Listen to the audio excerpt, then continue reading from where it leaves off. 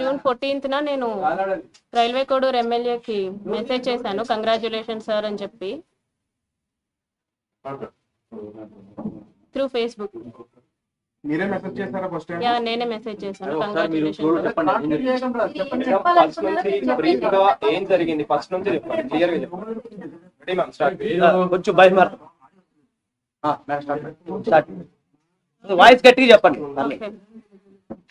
So June 14, 2024న మన railway Koduru ఎమ్మెల్యేకి నేను మెసేజ్ చేయడం జరిగింది త్రూ ఫేస్బుక్, కంగ్రాచులేషన్ సార్ అని చెప్పేసి. ఆయన థ్యాంక్ యూ అని చెప్పి ఫస్ట్ డేనే నాతో 2-3 hours చాట్ చేశారు. లైక్ నైట్ 11:30 ఆ టైం వరకు చాట్ చేశారనమాట. డీటెయిల్స్ అన్నీ కనుక్కోవడం జరిగింది. ఆయన నువ్వేం చేస్తావు, ఎక్కడ ఉంటావు, పెళ్ళి అయిందా, పిల్లలు ఉన్నారా, హస్బెండ్ ఏం చేస్తాడు, ఈ డీటెయిల్స్ అన్నీ అడగడం జరిగింది. నేను చెప్పాను. లాస్ట్లో ఆయన ఫోన్ నెంబర్ ఇచ్చి నా ఫోన్ నెంబర్ తీసుకొని ఇక్కడ వద్దు టెలిగ్రామ్లో చాట్ చేద్దాము అనేసి చెప్పారు. సో నేను టెలిగ్రామ్లో మెసేజ్ చేశాను. 2 days బాగానే మాట్లాడారు నాతో, అంటే నార్మల్గానే మాట్లాడారు, అందరూ ఎలా ఫ్రెండ్లీగా మాట్లాడతారో అలాగే మాట్లాడారు. సో కంటిన్యూస్ చాటింగ్ అనమాట. 2 days తర్వాత వీడియో కాల్స్ చెయ్యి, నీ న్యూడ్స్ పంపించు అని ఈ టైప్ ఆఫ్ మెసేజింగ్ చేయడం జరిగింది నాకు. సారీ సార్, నేను న్యూడ్స్ అయితే అట్లాగా పంపించలేను, వీడియో కాల్స్ కూడా నాకు కంఫర్టబుల్ కాదు అనేసి చెప్పాను అనమాట. నేను నా బాబు మాత్రమే ఉంటాం ఇంట్లో, నాకు ఒక కేర్ టేకర్ ఉంది. న్యూడ్స్ పంపించమని ఒక 3-4 days అడిగారు బాగా.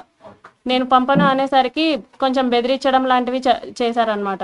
ఓకే న్యూడ్స్ పంపొద్దు, నేను నీతో మాట్లాడాలి, నన్ను పర్సన్గా మీట్ అవ్వు, ఇన్ పర్సన్లో మీట్ అవ్వు అని చెప్పేసి అన్నారు. ఎలా కుదురుతుంది సార్, నాకు అవ్వదు, నాకు మా బాబుతోనే ఉంటుంది రోజంతా, నాకు అవ్వదు అనేసి అన్నాను. ఒక 2 days బాగా బతిమలాడుకున్నట్టు అడిగారు అనమాట నన్ను, మీట్ అవ్వచ్చు కదా, ఈ టైంకి మీట్ అవ్వచ్చు కదా, నేను ఈ టైంకి ఫ్రీ అవుతాను అనేసి ఇలా అడగడం జరిగింది. నేను రిజెక్ట్ చేశా.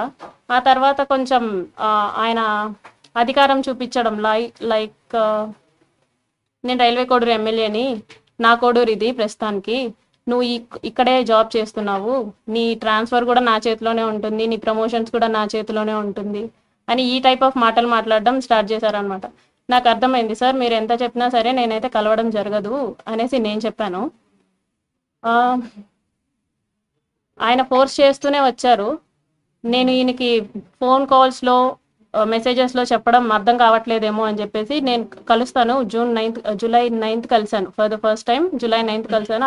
ఆయన షెడ్యూల్ అంతా అయిపోయిన తర్వాత నైట్ 8 o'clock అలాగా వచ్చి నన్ను పిక్ చేసుకున్నారు, మా ఇంటి దగ్గర పిక్ చేసుకుని తీసుకెళ్లారు.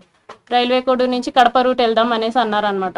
Railway Koduru to Kadapa route 90 kilometers వస్తుంది, కడప వరకు 90 kilometers వస్తుంది. సో స్టార్ట్ అయ్యాము. మా బాబుతో మా కేర్ టేకర్ ఉంది. ఇన్ ద మీన్ వైల్లో ఆయన మళ్ళీ ఎందుకు కలవని అంటున్నావు, ఎందుకు మెసేజెస్కి అలా రెస్పాండ్ అవుతున్నావు, ఎందుకు అంత పొగరు చూపిస్తున్నావు అని చెప్పేసి ఈ మాటలు మాట్లాడారు. రాజంపేటకు వచ్చేసరికి రాజంపేట టు బాక్రాపేట మధ్యలో ఒక డార్క్ విలేజో మరి ప్లేసో నాకు ఐడియా లేదు, అక్కడ ఆపారనమాట. ఆపిన తర్వాత నేను ఎందుకు ఆపారండి అంటే, ఎందుకు నువ్వు నాతో సరిగా ఉండట్లేదు, ఎందుకు నేను అడిగినవన్నీ చేయట్లేదు అని చెప్పేసి కాన్వర్జేషన్ స్టార్ట్ చేశారు. లేదండి నేనైతే ఆ టైప్ కాదు, నేను ఇక్కడ 5 years నుంచి ఉంటున్నాను, నేనైతే ఆ టైప్ కాదు, నేనేంటో నా జాబ్ ఏంటో అన్నట్టు ఉండేదాన్ని అనేసి నేను చెప్పాను.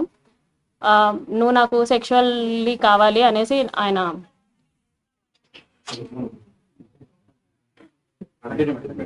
చెప్పండి కనీసం మాట్లాడినివ్వండి నన్ను.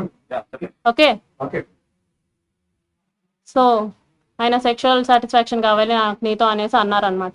లేదు సార్ నేను అవన్నీ చెయ్యను అనేసి చెప్పేసరికి ఆయన నా బాడీ పార్ట్స్ టచ్ చేయడానికి ట్రై చేస్తూ నన్ను ఫోర్స్ చేయడానికి ట్రై చేశారు. కార్ డోర్ ఓపెన్ చేసేలాగా నా జుట్టు పట్టుకొని ఇలా లాగారు, ఎడ్జ్ ఆఫ్ మై హెయిర్ పట్టుకొని లాగారు అనమాట. నా ఫ్రంట్ సీట్, నేను ఫ్రంట్ సీట్లో కూర్చున్నాను, రెక్లైనర్గా బెండ్ చేసేసి నా మీదకి వచ్చేసి నేను అరవబోయాను, ప్లస్ చేతులు ఇలా పెట్టేసుకున్నారు, 2 చేతులు ఆయన ఒక చేతితో ఇలా పట్టుకున్నారు, కొట్టారు ఫోర్స్ఫుల్లీ. నా ప్యాంట్ అది తీసేసి he force himself on to me for the first time. అయిపోయిన తర్వాత నేను భయపడిపోయి నేను వెనక్కి వెళ్ళిపోయాను, ఆ మధ్యలో నేను వెనక్కి వెళ్ళిపోయాను. ఆ సీట్ ఈ మిడిల్ ఆఫ్ ద సీట్ ఉంటుంది కదా, దాని నుంచి నేను వెనక్కి వెళ్ళిపోయి నేను వెనక్కి కూర్చున్నా. ఆయన డ్రైవ్ చేశారు, మా హోమ్కి డ్రైవ్ చేశారు. నేను దిగిపోతున్నప్పుడు చెప్పారనమాట, చాలా చాలా చేస్తున్నావు, ఇక నుంచి అట్లా చేయొద్దు, నువ్వు నా మాటే వినాలి, నేను చెప్పినట్టే చేయాలి. మీ హస్బెండ్ నిన్ను పట్టించుకోడేమో, నేను 1000 టైమ్స్ ఎక్కువ పట్టించుకుంటాను నేను నిన్ను.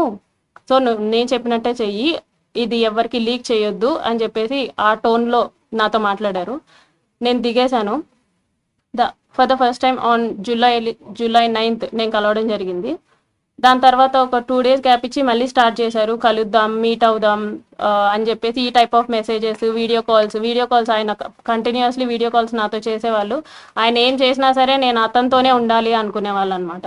ఈవెన్ తింటున్నా, వాళ్ళ పీపుల్స్తో మాట్లాడినా, స్నానం చేసినా, రెడీ అవుతున్నా నేను అతనితోనే ఉండాలి అని ఒక మరి శాడిజమో ఏమంటారో నాకు తెలీదు, తను అలా కోరుకునేవాడు అనమాట. ఏమన్నా అంటే, నీకు ఒక బాబు ఉన్నాడు, నువ్వు అది గుర్తుపెట్టుకో, నువ్వు అది మర్చిపోతున్నావు, నీకు ఒక బాబు ఉన్నాడు, నువ్వు మాత్రమే ఉన్నావు, అది మాత్రం గుర్తుపెట్టుకో అనేసి అనేవాడు. నిజమే, నాకు పేరెంట్స్ లేరు, నాకు మమ్మీ డాడీ ఇద్దరు లేరు. మా ఫాదర్ జాబ్ వచ్చింది నాకు. నా ఫస్ట్ స్టేషన్ రైల్వే కోడూరులోనే. నాకు ఒక తమ్ముడు ఉన్నాడు, కానీ దూరంగా చదువుకుంటున్నాడు వాడు. మా హస్బెండ్ వచ్చేసి సాఫ్ట్వేర్, ఆయన దూరంగా ఉంటాడు నాకు. నా బాబు నేను మాత్రమే ఉంటాం. ఆయనకు అది బాగా ఆసరా అయింది. నా గురించి ఫుల్ డీటెయిల్స్ కనుక్కొని ఆయన ప్రొసీడ్ అవ్వడం జరిగింది. చాలా డామినేషన్ చేసేవాళ్ళు, చాలా డామినేటెడ్గా ఉండేవాళ్ళు అనమాట. ప్రతి విషయంలోనూ చిరాకు పడ్డం. ఇలా ఎందుకండి ఈ టైప్ ఆఫ్ రిలేషన్షిప్, ఈ టైప్ ఆఫ్ ఫోర్స్డ్ రిలేషన్షిప్లో నేను ఎందుకు ఉండాలి అని చెప్పేసి నేను అడిగినప్పుడు, నాకు నువ్వు ఇలాగే కావాలి, నాకు నువ్వు ఇలాగే ఉండాలి అని చెప్పేసి బెదిరింపులు, గట్టిగా మాట్లాడాలు, పొగరు చూపించడాలు. ఏమన్నా అంటే ఆఫీస్లో ఒక ఎంక్వైరీ వేస్తాను అనేసి అంటారనమాట. నువ్వేదో తీసుకున్నావు, నువ్వేదో బ్రైబ్ చేసావు అని చెప్పేసి వేస్తాను ఎంక్వైరీస్ అనేసి. నాకు ఆ రకంగాను, ప్లస్ నాకు ఫ్యామిలీ లేదు కాబట్టి ఈ రకంగాను నన్ను భయపెట్టడం జరిగింది. So for the first time నేను ఆగస్ట్ ఎండింగ్లో నా ప్రెగ్నెన్సీ పాజిటివ్ అయింది. ఈ విషయం నేను అతనికి చెప్పాను అనమాట. నాకు ఇలా ప్రెగ్నెన్సీ పాజిటివ్ వచ్చింది, ఏం చేయమంటారు అనేసి అన్నాను. నువ్వు తీయించేసుకో, ఇమీడియట్గా తీయించేసుకో, నేను మాట్లాడతాను, నాకు తెలిసిన డాక్టర్ ఉన్నారు తిరుపతి కాలేజ్లో, నాకు తెలిసిన గైనిక్ ఉంది, ఆమెను అడుగుతాను, ఆమె నాకు టాబ్లెట్స్ పంపిస్తుంది, నేను నీకు ఇస్తాను, సో దట్ నువ్వు తీయించేసుకో అనేసి అన్నారనమాట.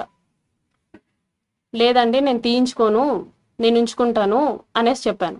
అంటే ఎందుకు ఉంచుకుంటావో, అవసరం లేదు, నువ్వు తీయించేసుకో అని చెప్పేసి అన్నారు. ఫస్ట్లో స్టార్టింగ్లో కామ్గానే అన్నారు, లేదండి నేనైతే తీయించుకోను, చేశారు కదా, నేనైతే తీయించుకోను అనేసి భయపెట్టే ప్రయత్నం చేద్దాం అనుకున్నా. సో దట్ అప్పటికైనా సరే వదిలేస్తాడని చెప్పేసి నేను భయపెట్టే ప్రయత్నమైనా చేద్దాం అనుకుని, ఈ ప్రెగ్నెన్సీ నేనైతే తీయించుకోను అనేసి అన్నాను అనమాట. ఒక 2 days అలాగే అడిగారు బాగా. ఒకరోజు నైట్ మా ఇంటికి వచ్చి ఎందుకు తీయించుకోవు అని చెప్పేసి నన్ను కొట్టారు.